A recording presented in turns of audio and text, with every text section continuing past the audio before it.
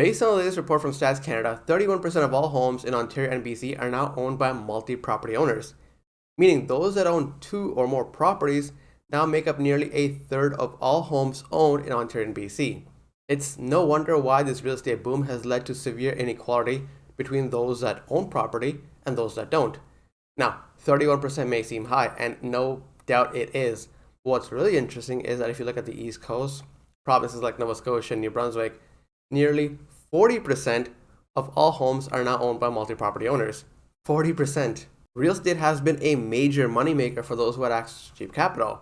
In the 2 years leading up to February of 2022, home prices had risen 50%, mainly due to that cheap capital that was used to buy these properties. Interest rates had never been so low, so everyone just borrowed as much money as possible and piled onto this real estate market. And real estate investors made a ton of easy money in this market. Whether it was buying and selling, flipping, renting, renovations, teardowns, whatever, they made a ton of easy money. But alongside real estate investors, anyone who was involved in real estate also made a ton of easy money. Mortgage brokers, mortgage agents, real estate agents, everyone and anyone who was involved in real estate made out like bandits. And this was a major storyline before interest rates started rising, before home prices started falling. Now the question is, can you still make this kind of easy money in today's real estate market, with the supply of homes still near record lows and the prices still near record highs? I mean, sure, in Toronto and Vancouver, they've probably fallen 10 to 12% from the peak, but prices are still, up there. They're still pretty sky high, and interest rates are still rising. So the barrier for new buyers is tough, and I would even argue that it's gotten even tougher. In BC, the top 10% of owners control 29% of all residential properties. And what about that foreign buyers ban? Will that help at all? What's interesting is, according to stats, majority of multi-property owners, who are either individuals and families, they are already living in Canada. So will that ban really help anybody?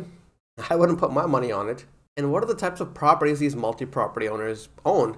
Do they own townhomes? Is it condos? Well, according to stats, those that own two or more properties are likely to own more single-family homes. So imagine you're in a room of 10 people. 3 of those people, if you're in Ontario, BC, own 2 or more single-family homes. And if you're out east and you're in that room of 10 people, if you're Nova Scotia, New Brunswick, well, out of that room of 10 people, 4 of them are likely to own 2 or more single-family homes. What's crazy is that when I was going through these stats for this video, doing the research, most people I know have a hard time getting enough down payment, saving enough money for a down payment for a condo, let alone a single-family detached home. And here we have nearly a third of all property is owned by multi-property owners who own single detached homes. It's no wonder why housing inequality is such a massive issue, but what's really interesting is that it gets barely any coverage in the media. You might get coverage about an Uber driver who can't afford a $2 million home, but that's really it. No one really talks about the hardcore real issue, housing inequality, the difference between those who own property and those that don't and are struggling to get in. So if you want to keep learning more about this topic and other topics that may not be covered in mainstream media, then all you gotta do is hit that like, subscribe, and thanks button on the bottom of this video, because that lets me know that you actually want to see more content like this. And if you want to see more content like this, then I produce more content like this. I want to dig a little bit deeper on the 31% I just talked about the ratio of multi-property landlords. What's interesting is that this 31% is based on data from early 2020. And as we all know, that between early 2020 and 2022, before interest rates started rising, there was a massive run-up in real estate prices. There was a massive bull market just in those 2 years alone. And I'm willing to bet that this 31% is likely understated, meaning that 31% is probably even higher in today's real estate market, because the barrier for new first-time buyers is still high. It's still getting tougher with each passing month with the rising interest rates. So those that don't have access to capital, they still don't have access to capital. Those that did, they may be a little bit better off, but in today's high inflation environment, high cost of living, stagnant wages, a lot of people are in massive debt, whether it's credit card debt, auto loans, any type of loan they are in, except for mortgage debt, because you know what? They can't afford to get a mortgage to buy a home, so they're in all kinds of other debt. So those that don't have access to cheap capital, they're still out of luck. And that's why I believe that 31% is underrepresented. It's probably much higher today. So you don't have access to capital, you don't have access to cheap capital. Well, what are your options? Well, if you're looking for a home and you can't buy, then your other option is the rental market. And the rental market is super tight in Canada's major cities. So it's not all that much affordable either compared to owning a home. The average rent for a two-bedroom home in Vancouver is $3,600. And the average rent for a two-bedroom in Toronto is around $3,300. These prices for rent are pretty close to a monthly mortgage payment. Add on top maintenance fees, add on top property taxes, and additional ad hoc repairs. So renting and owning, it's very tight, and depending on the region, one may make more sense when you do the analysis, but you have to run the numbers. The only difference is that if you are at least paying a mortgage, at least part of that mortgage is principal, and that goes to your pocket. But in the first 5 years when you're just starting out, most of that monthly mortgage payment is just going to be interest anyways. But that assumes that you have access to capital in the first place to buy that said home, to get that said mortgage. Let's face it, the Liberal government, ever since they were elected back in 2015, they had been promising to make housing more affordable pretty much every single year. And the last 7 to 8 years, it's been anything but affordable. And on top of that, they now want to add in 500,000 new people every year to this country. Do we have the infrastructure to handle this massive inflow? Do we have the hospitals capacity? Do we have the transit capacity? Do we have enough housing? Do we have enough jobs? Do we have all this in place to handle an inflow of 500,000 new people into the country on top of whatever organic growth we have every single year? Let me know your thoughts on this in the comments section. Can the country handle this massive inflow of people each and every year?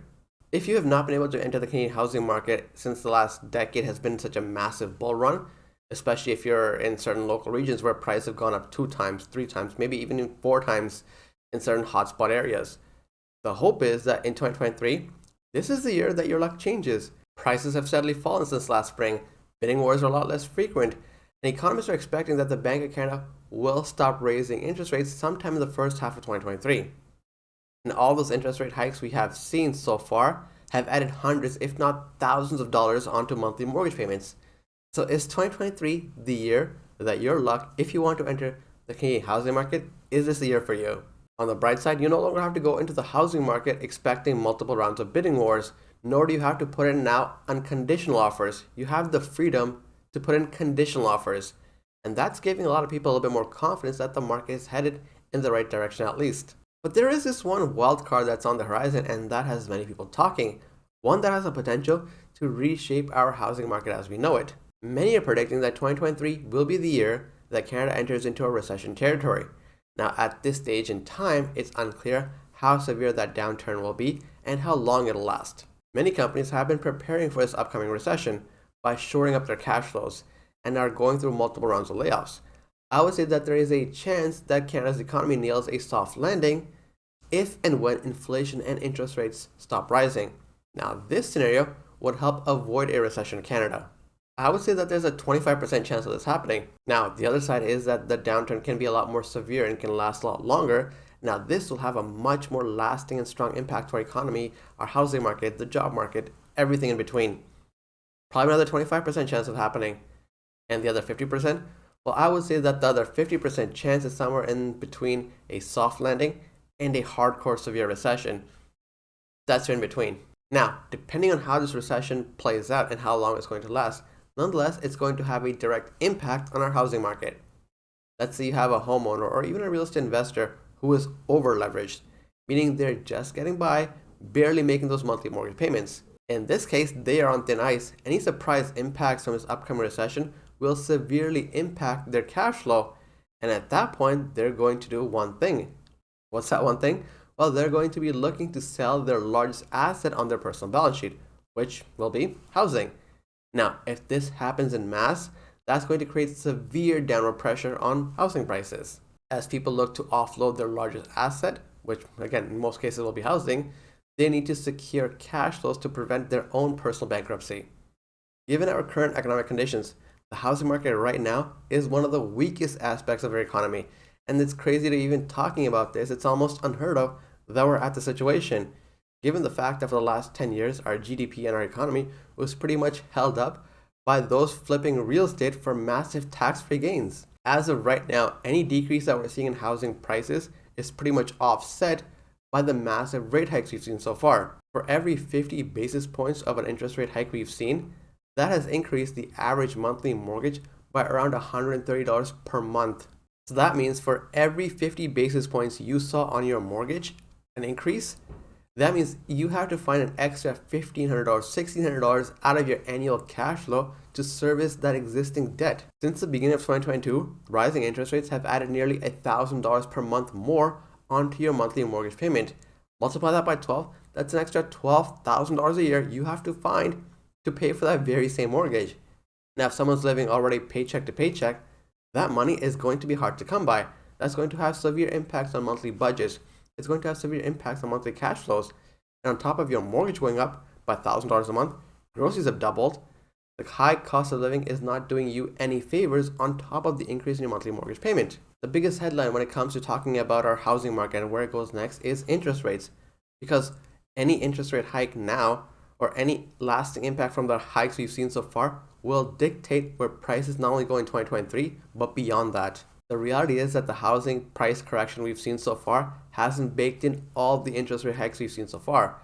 Because generally speaking, it takes about 12 to 18 months from an interest rate hike to see the impact on prices. So yes, from the outset, houses are much cheaper, but that drop in prices is offset by the increase in mortgage payments. So they cancel each other out. The drop in prices really only helps if you had a massive amount of down payment saved up prior to the interest rates rising. So let's say if you had 20% saved up before interest rates started rising and prices started falling, maybe now have 30% saved up because of the prices falling. So maybe in that situation, your monthly mortgage payment may be cheaper, but again, the increase in rates is completely offsetting the drop in prices. So you're not that much better off unless you have access to, again, cheap capital. I would even say that the market is still digesting all the interest rate hikes we've seen so far, meaning the price you see on a home today is not fully reflecting all the interest rate hikes we've seen so far. I mean, Toronto is only down maybe 10 to 11% from a year ago, and Vancouver, again, it's only down again 10 to 12% from its all-time high. But meanwhile, in Calgary, prices are up 4% to a year ago, and the average price in Calgary now is about $500,000.